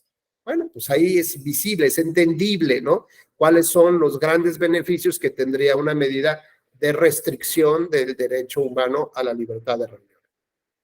Estos dos análisis, cuando tú comentas este tema de la edad para ocupar el cargo de diputado federal, la razón en derecho, digo, puede haber razones políticas y razones sociales y razones muy plausibles, ¿no? Todos aplaudimos, excelente. Pero razones de análisis para el derecho, la única que se encontró es que al mismo tiempo que puedes ejercer tu ciudadanía, es decir, tu derecho a votar, también tendrías derecho a ocupar un cargo de elección popular. Y eso me parece razonable. El asunto es que si esa es la razón, digamos, pues si yo subo la edad que es permitido a 25 años, iría junto con pegado. Es decir, para ser diputado ahora, tendría que ser a partir de que puedas ejercer el derecho y sería 25 años. Entonces ya no encontramos una razonabilidad real, porque si tú, Pablo, que veo que eres muy joven, pues, ¿qué edad tienes, Pablo? Perdón que te pregunte, sé que esto no se debe de hacer, pero más o menos. Tengo 20 años. 20 años. Pablo tiene 20 años. Pablo, tú puedes solicitar al Instituto Nacional Electoral, y te animaría a que lo intentaras, una solicitud para ser senador de la República. ¿Sabes qué te va a contestar el INE? Que no es procedente. Que no es procedente. ¿Por qué no es procedente? Porque la propia Constitución te establece una edad superior, vamos a poner los 25 años, para ser senador de la República. Y lo que vas a alegar en tu medio de impugnación, en tu recurso de apelación, lo que vas a impugnar es que hay una violación al principio de igualdad y de no discriminación. Porque ¿cuál es la razón jurídica? O sea, en este examen de razonabilidad, ¿cuál es la razón jurídica que existe entre una edad biológica o cronológica para ocupar un puesto de diputado o ocupar un puesto de senador? Es decir, ¿qué atribuciones tiene un senador que una persona de 18 años no podría ejercer como diputado? O sea, no sé si me explico. ¿Por qué forzosamente tendrías que esperarte hasta los 25 años? ¿Qué es lo que decanta decir, tengo 25 y en función de ello ya puedo ser senador? Razones en derecho, ¿eh? No significa que seas más maduro, no. Si la razón jurídica para poder ser diputado a los 18 años es porque puedes ejercer tu ciudadanía a los 18 años, pues lo mismo. Sería un acto discriminatorio si no lo puedes ejercer para ser presidente de la República o para ser senador de la República. Entonces, como vemos, a veces este conjunto de normas jurídicas en las cuales se va a sustentar la negativa del registro, Pablo, de tu registro para ser senador, que ojalá te animes, por favor. Ahí sí necesitas una asesoría con todo gusto todo el equipo de acá que la brindaremos, pero lo cierto es que la autoridad electoral lo que tiene que hacer por disposición del artículo 1 constitucional es hacer este análisis de constitucionalidad y convencionalidad. Y te diría algo más, Pablo. Si no lo comentas este tema de la convencionalidad, tampoco te preocupes, porque la Corte Interamericana ya definió que este control de convencionalidad debe de ser ex oficio, aunque no lo soliciten las partes, las autoridades están obligadas a revisar que no se violen derechos humanos establecidos en la Convención Americana. Lo señalen o no lo señalen las partes. Y si no lo hacen así el INE y en su caso los tribunales, bueno, podrás acudir, digamos, ya serás un caso emblemático, digno también de discursos de derecho electoral, y comentaremos el caso Pablo Mirus, cómo llegó hasta la Corte Interamericana de Derechos Humanos, donde condenó al Estado mexicano por la violación al principio de igualdad y no discriminación. ¿Por qué? Porque se encontró que la norma jurídica no se sustentó en un juicio de razonabilidad en derecho. Entonces, esta es la parte, digamos, relevante a lo que nos debe invitar no solamente la reflexión de un medio de impugnación, que es el recurso de apelación en específico, que, insisto, busca la regularidad constitucional y legal de todo el proceso, de todo el andamiaje de la organización de los procesos electorales. Entonces, cuando analizamos una norma o un acto que está relacionado con el financiamiento público de los partidos políticos, no solamente se trata de ver si se cumplió la ley, se trata de ver si esa ley tiene sustento constitucional. Ok, sí lo tiene, pero además, ¿cuál es la finalidad que debería de tener ese sustento constitucional? Bueno, el fortalecimiento de los partidos políticos y por ende el fortalecimiento de la democracia. Con lo cual esto implica que podemos hacer un análisis de mayor peso y de mayor profundidad para poder determinar si se le da el financiamiento o no, si se reduce el financiamiento o no, por ejemplo. Si esto estamos viendo que no tiende a la defensa del sistema de partidos, por ejemplo, ¿qué otra cosa no funciona en la democracia, en nuestra democracia? Por ejemplo, no sé si ustedes están cansados de escuchar esta frase de que vamos a votar por el menos malo de los candidatos. Vamos a votar por el que roba menos, ¿no? Decía alguien en la mañana que digo también en una conferencia, ya que leyó un titular de una nota que decía, ¿por cuál de las dos corruptas vas a votar? Algo así decía, ¿no? Bueno, pues qué cansado y qué triste es esto, ¿no? Y además, dice Elizabeth, y sobre todo, algunos, bueno, muchos, no cumplen sus promesas, aunque firmen ante notario público, además. Pero lo importante de esto es, vean, el que va a robar poquito, por ejemplo, claro, ¿no? Ya sabes lo que te espera con el que va a robar poquito. Bueno, pues lo que les quería yo decir entonces es que, ¿cuál es la razón, digamos, o cuál es, por qué pensamos que esto ya no está funcionando, esta representatividad del candidato en términos de ser este vaso comunicante con la sociedad, con el partido y con el Estado? Al contrario, este es un mal candidato y ni modo, la sociedad tiene que votar por alguno de esos malos. ¿Dónde encontramos la mejoría al sistema democrático? ¿A quién se le ocurre? ¿Qué medida podemos implementar de las que están previstas en la ley para que esos candidatos sean buenos candidatos?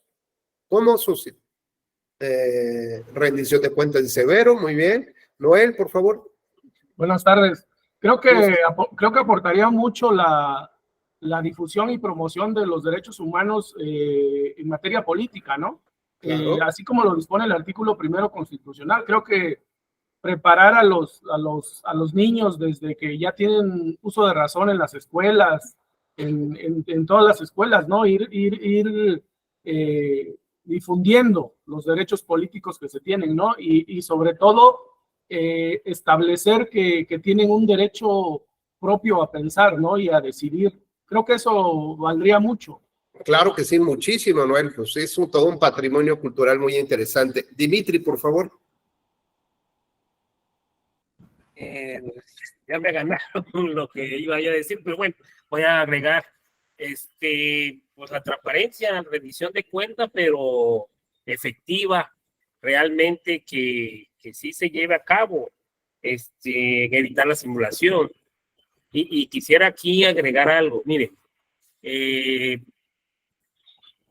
yo pertenezco a un instituto electoral local y veo que, por ejemplo, se gastan, sin ofender al instituto, se gastan millones de pesos trayendo magistrados, trayendo gente de otros países, pero no sale eso. 6 personas vemos por las redes sociales esos diplomados, 5. Me ha tocado ver un diplomado o un conversatorio, uno donde solamente yo estoy. No llega a la población, no llega, o sea, sí es un éxito ahí en el instituto, ya he conocido magistrados de varias zonas, me he abrazado con ellos, le he aprendido muchísimo, pero no le llegan a la población. Y eso también es una parte importante de la educación cívica que no se está cumpliendo por parte de los partidos y por parte de las instituciones. O sea, en realidad, mira aquí, nada más cuántos somos aquí en este diplomado. Supuestamente cuando lo vi creo que eran 300 o 50, no me acuerdo muy bien porque estoy en varios, pero no llegamos ahorita a los 50. Bueno, tienes mucha razón, Dimitri, muchas gracias. Catalina, por favor.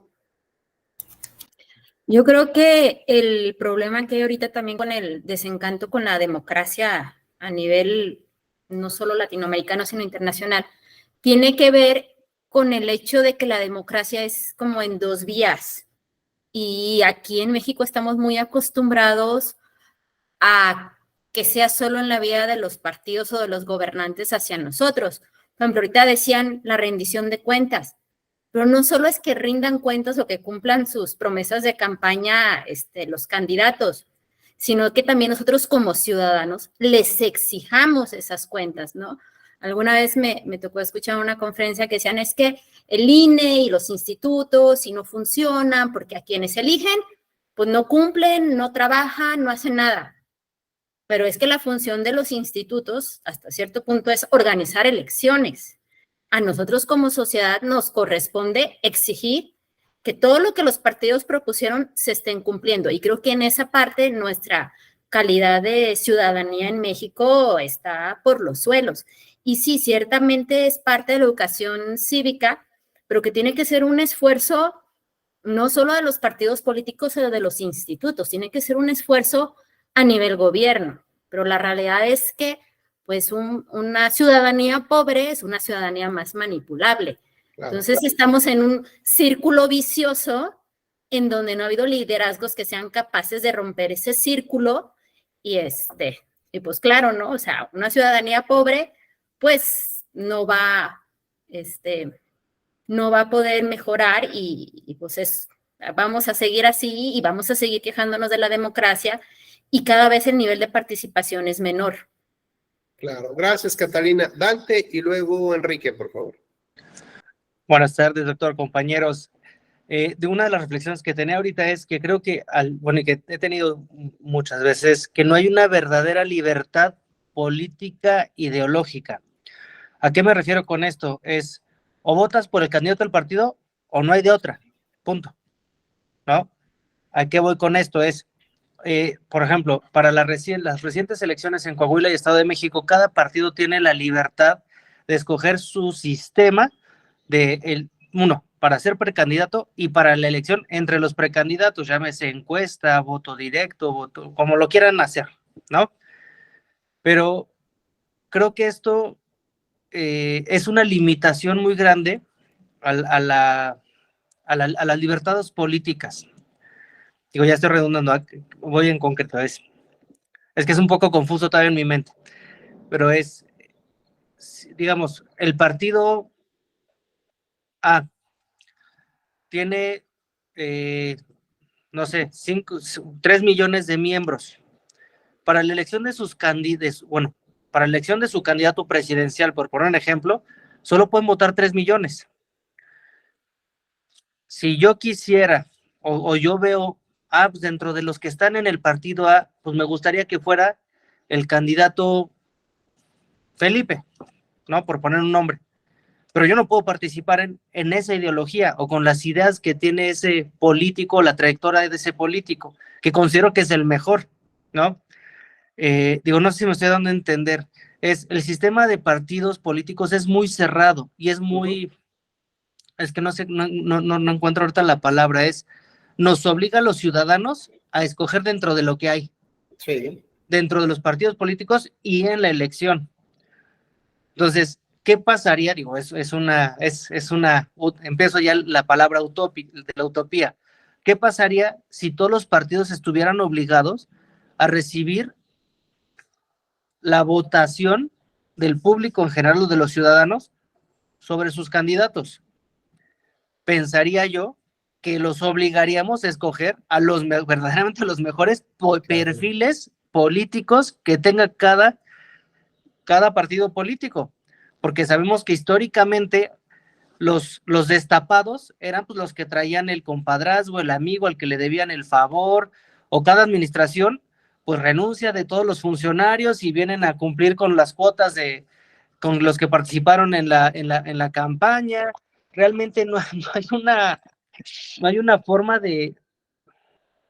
digo, o sea, estamos los ciudadanos coaccionados por los partidos a que nos impongan a sus perfiles.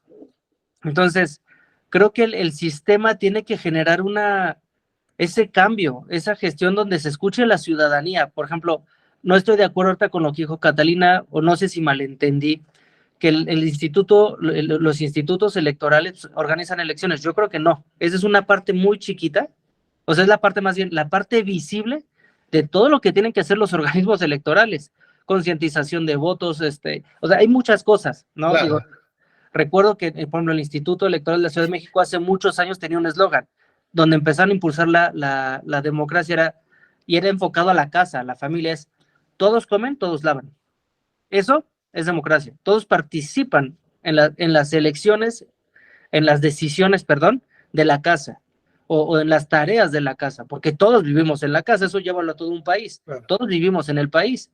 Todos, o sea, yo ensucio, pues también limpio mi país, ¿no? Entonces, Muy bien, Dante. creo que sí debería haber esa apertura. Gracias, Dante. Muy amable. Enrique, por favor. Gracias, digo, ya lo dijeron prácticamente todos. Bueno, aquí el problema no nada más es de los partidos políticos o de los institutos, también viene de la educación. ¿A qué me refiero de educación? Tanto de casa como de educación escolar. Lamentablemente el sistema educativo que tenemos en el país jamás nos hablan de lo que es o política o elecciones. Nos hablan de la historia, de los presidentes y del partido hegemónico y todo el rollo, ¿no? Entonces como que nos empezamos a agarrar un odio, amor a la política o a los políticos, y luego ya se ve la realidad que no, pues sí tienen razón, ¿no? Pues, entonces yo creo que es un conjunto de las instituciones electorales, los tribunales electorales, la educación, el sistema educativo, y también obviamente en casa.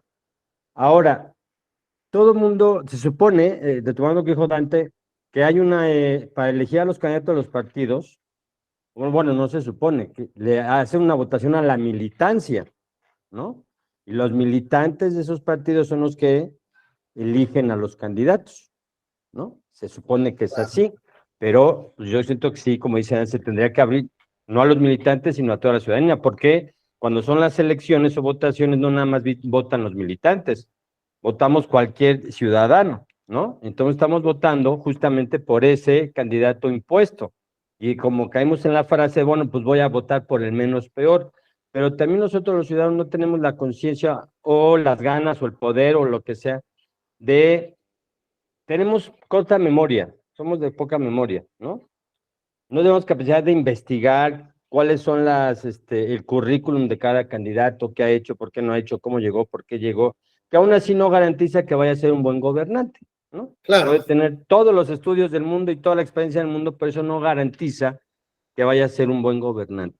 Entonces yo creo que sí es un problema de todos, y bueno, retomando teniendo de los institutos electorales no solamente organizan elecciones, organizan muchísimas cosas. En el caso de la Ciudad de México, cada año es el presupuesto participativo o la elección de los copagos que le llaman, promueve N cantidad de eventos para la educación cívica, o sea, tienen muchas funciones los institutos electorales, no solamente organizar elecciones. Entonces yo creo que ahí, y sí hace falta mucha información, porque mucha gente va al Instituto Electoral de la Ciudad de México, por poner un ejemplo, a tramitar su credencial de elector. Entonces, ¿eso de qué habla? Que hay una desinformación muy fuerte por parte de los partidos políticos, por parte de los institutos, por parte del mismo gobierno, por parte de mucha gente. Estamos muy mal, o mal informados o desinformados. Entonces yo creo que es un conjunto ahí que todo mundo, ciudadanos, debemos de poner nuestro granito de arena, ¿no? Gracias. Esa sería mi opinión. Gracias, Enrique, muy gentil. Dimitri, ahora sí que muy breve, porfa. Adelante. Sí, ya lo acaba de decir Enrique Fregoso, estoy totalmente de acuerdo con él. Estoy totalmente de acuerdo con él que deberíamos de votar para elegir algún candidato, no nada más los del partido, sino la sociedad civil. Muy bien. Bueno, pues, sí, dime, adelante, perdón. Repito, no está llegando a la educación con lo que deberían de ser los institutos del gobierno y los partidos. Mire, ahorita hay unos eventos sobre la comunidad Levi aquí en Tabasco. Solamente 18 personas llegaron de un padrón de casi 200,000 personas que se declararon con alguna de las 18 personas van a tomar decisiones nada más para hacer o para deshacer en el instituto. Eso hay que pensar. Yo creo que eso también parte de fortalecer la democracia en los partidos. Muy bien. Bueno, pues yo lo que les quería decir es que efectivamente, a ver, lo que necesitamos es gente como ustedes que está preocupada y que puede dedicar un tiempo para entender de manera integral el fenómeno electoral en términos de la democracia representativa. Es decir, cómo interactúan los distintos elementos que conforman no solamente el proceso, sino, digamos, las particularidades que se requieren implementar para llevar a un correcto, adecuado proceso electoral. Por ejemplo, si analizo yo la fiscalización, lo analizo en el concepto no de cuánto dinero le voy a dar a los partidos, sino de qué tipo de sistema plural o no de partidos voy a tener. ¿Esto qué implicaría? Bueno, pues que si reduzco el financiamiento de los partidos, voy a reducir el número de partidos. Y tal vez eso sea más conveniente. Si subo el umbral para mantener el registro, bueno, pues con eso voy a limitar a partidos que no alcancen el 2, 3 o el 4%, por ejemplo, sino que partidos que tengan una verdadera representatividad. Y decía yo, ¿cómo le hacemos para no votar por el mismo malo del partido? Bueno, pues una buena parte del financiamiento público ordinario debe de destinarse, porque así históricamente surgió el monto, debe destinarse a financiar las elecciones primarias de los partidos políticos. Un poco lo que decía, ¿no?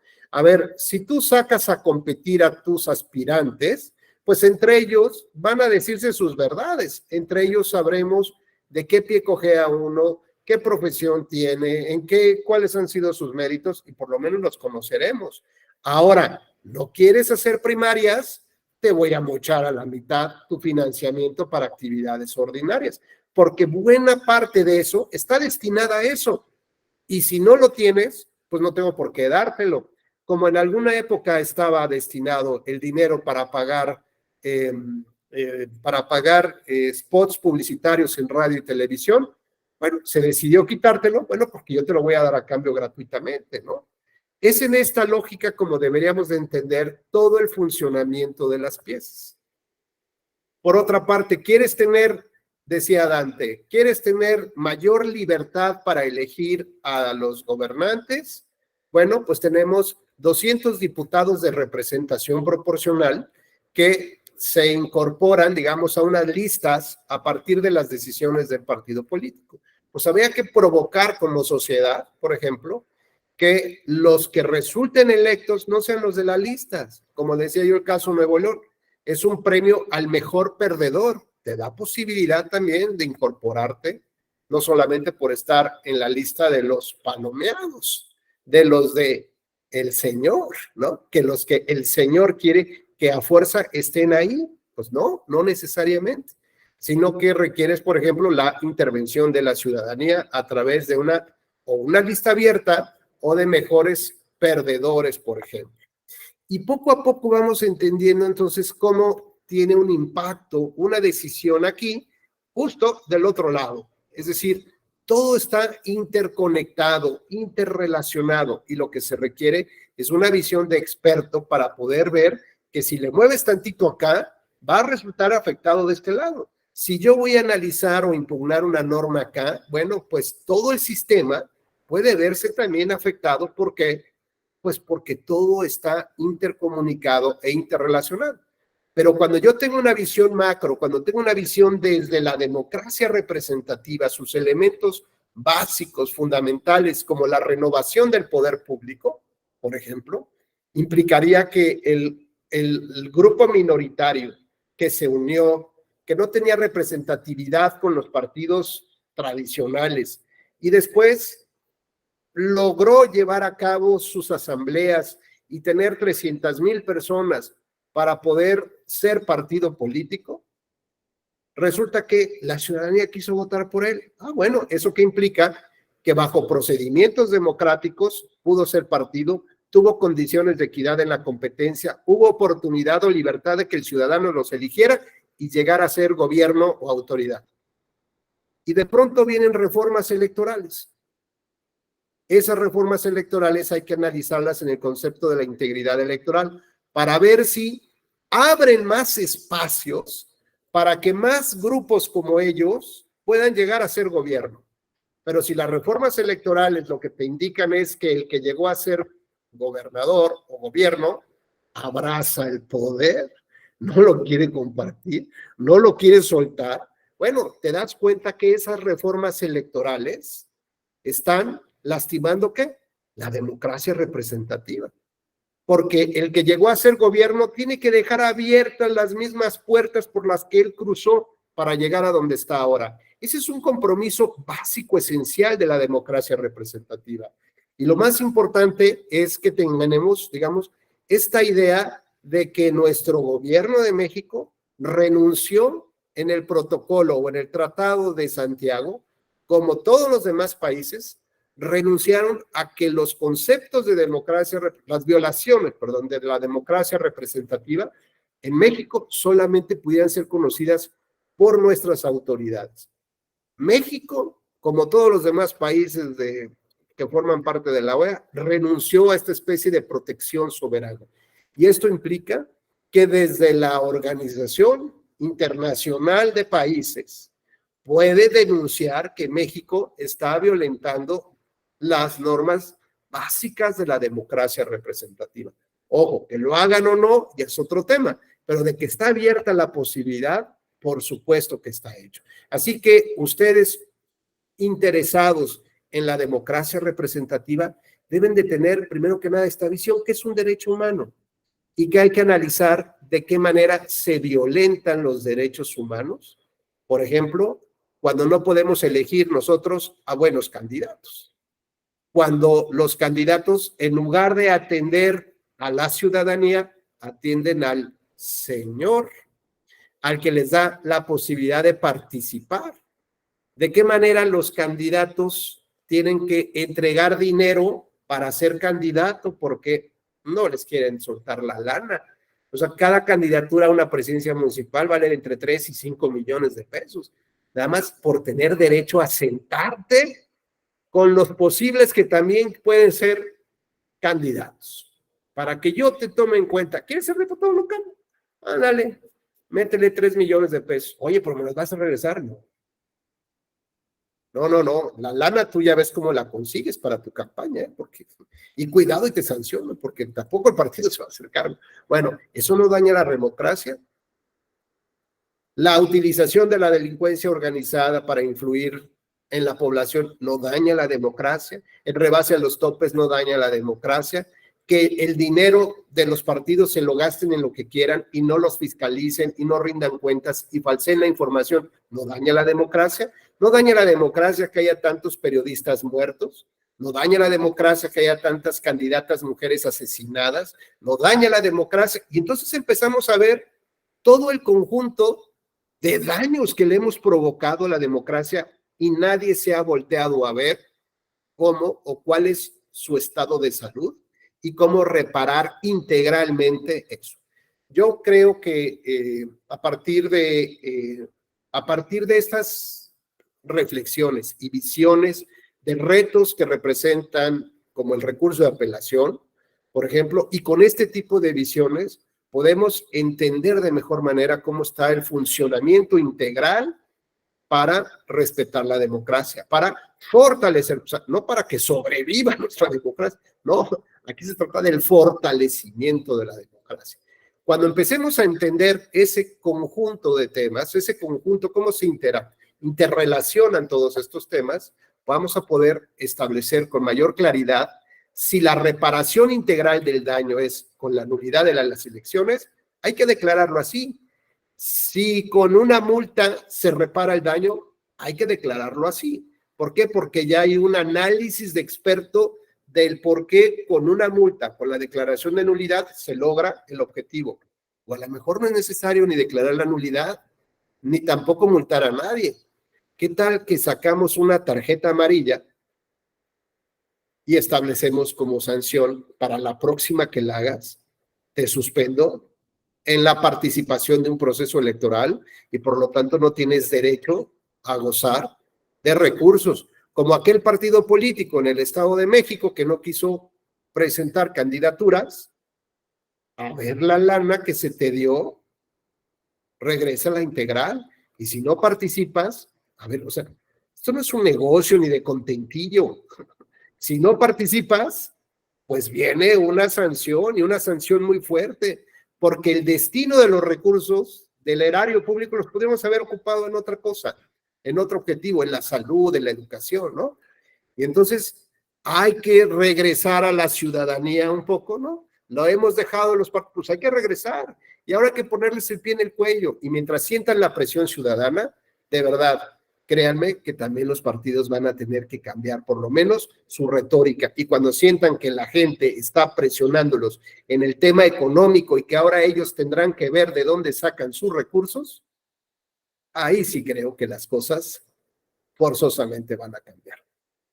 Pues queridas compañeras y compañeros, la verdad es que siempre me dan ganas de seguir platicando con ustedes, siempre son muy, muy gentiles en escucharme, en participar. Yo sé que el éxito de estas charlas pues tiene que ver principalmente con la retroalimentación. Nuevamente se los agradezco mucho, Enrique, Vero, Noel, María, Catalina, Dimitri, Dante.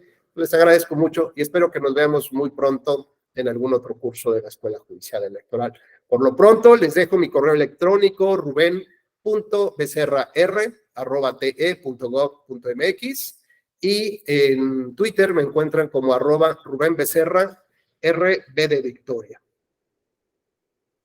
Muchísimas gracias. Gracias, Jesús, muy gentil. Gracias. Gracias, mi estimado amigo. Querido José San Vicente, qué gusto verte. Gracias, un abrazo, querido amigo. igual, aquí andamos. Gracias. Gracias por participar, maestro Cuídense Rubén. mucho. No, hombre, Dimitri, al contrario, un placer. Es un gusto escuchar a Cuídense mucho. Dimitri. Bye bye. Saludos a todos. Bye. Gracias, buena tarde. Gracias. Buenas tardes a todos.